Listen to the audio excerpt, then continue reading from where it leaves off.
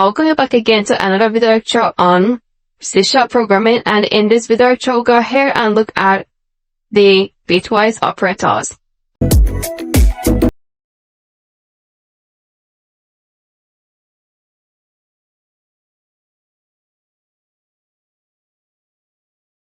We have what is called the bitwise operators, and these operators are formed logically that you as a developer might not know what is going on if you don't know the principle of a bitwise. So they have some of the things we use, like the AND. So we use AND, we use OR, we use shift left and shift right, and complement. We also have one that is called XO. Alright, so as a beginner in C# development, you might be confused on what these things are doing, but we advise you to go ahead and get a calculator. So this is a calculator, and this is a normal calculator in your Windows system. So if you're using Windows, please go ahead and pick it up. They are here, and click on this, and you can see programmer right here. So this is for programmers. Go ahead and hit on programmer. And here you can see AND. Alright, so this AND right here is equivalent to the AND here, and this OR right here is equivalent to this. The left shift is equivalent to this. The right shift is equivalent to this. We also have complement. We also have XOR and OR, and that. I'll go ahead and show you how to use all this. So I'll go ahead and minimize this so we can concentrate right now on this calculator, and this is our code. Before we move into this code, I'll go ahead and explain this using the calculator, because you can be able to demonstrate that and understand that easily. We have, for instance, you say that x is equal to 20 and y is equal to 15, and we made z to be equal to 0. Alright? Now, if I say x and y means 20 and 15, and the result is going to be 4. Are you asking me how do I get that? Usually it is done in binary. Okay? That's what we call the shift in binary. It is done that way, but I would advise you to use this programmer calculator to understand how it works. So go ahead and say 20 and click on AND 15 and hit equal sign. The result is equal to 4. This changes this to be in a decimal form. Look at the binary result right here. It converts the binary to decimal, and result expected to be is 4.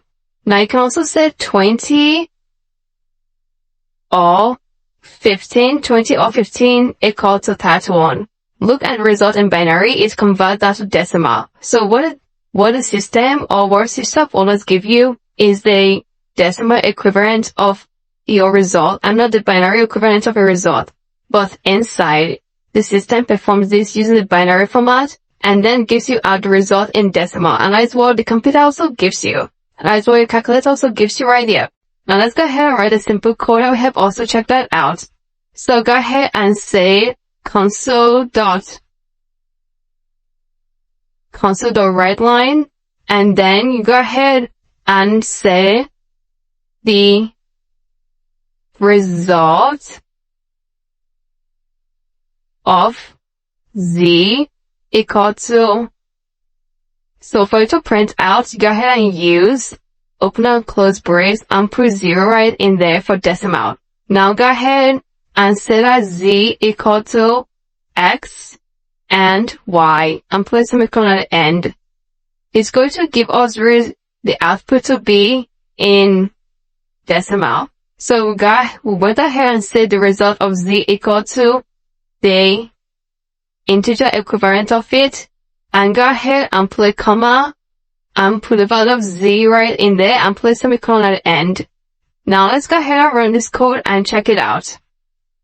The result of z is equal to 4, and with a calculator we can always see. Go ahead and close that. That is what we did previously. Let's say that 20 and 15 and click equal is equal to 4, and that is what the computer gives you. You can see that works are fine. Close that. You can always say that z is equal to x or y. So if your x or y is going to be equal to 31, which I've done previously, run this code and check it out, and we check that with a calculator as well. So if the result of z equals to 31 and 20 all 15 is equal to 31. Can you see that? 20 all 15 is equal to 31. I hope that is cool. Go ahead and minimize this, close this. Now you also have the one we call that shift. We'll have a complement. So for the other ones, like the XO, go ahead and XO, go ahead and put a shift this. So that is XO. Anytime you see XO, you go ahead and use this sign. And if you run this code, that is XS or Y. Alright, X. So the result of X or Y is equal to 27. We can be able to confirm that using our calculator. Let's go ahead and check it out. Close this and let's say 20. This is X or 15. Equal to 27. Can you see that? It works out fine. And that is what we have. Alright, so the next one we have is the complement. Let's say you want to complement X or Y. You can go ahead and say Z equal to complement X. And you can run this code and check out the result. So the result of Z is equal to 21. Alright, the result of Z equal to 21. So we have, cause that we have shift left or shift right. That we use can say X shift right, shift left twice, plus semicolon at the end. Z equal to X shift left twice, and let's run this code. We can also confirm that using our calculator to make sure it is working out fine, alright? So the result of X shift left twice is equal to 80. And go ahead and use your calculator to confirm that. So using our calculator, we'll go ahead and clear this, and we can say that 20 shift left twice equal to 80. Can you see that? 20 shift left twice equal to 80. I believe that is cool. Alright, go ahead and close that. Let's try that out for Y. So go ahead and change the value of X to be equal to Y. Let's say Y, and we say Y shift right, go to look at shift left. So Y shift right twice, and let's run this code and check it out. So Y shift right twice equal to 3. Go ahead and say 15 shift right twice equal to 3. Can you see that? That is what you have. I'll go ahead and close all this. Now, practice everything we've done so far. I believe everything is right there for you.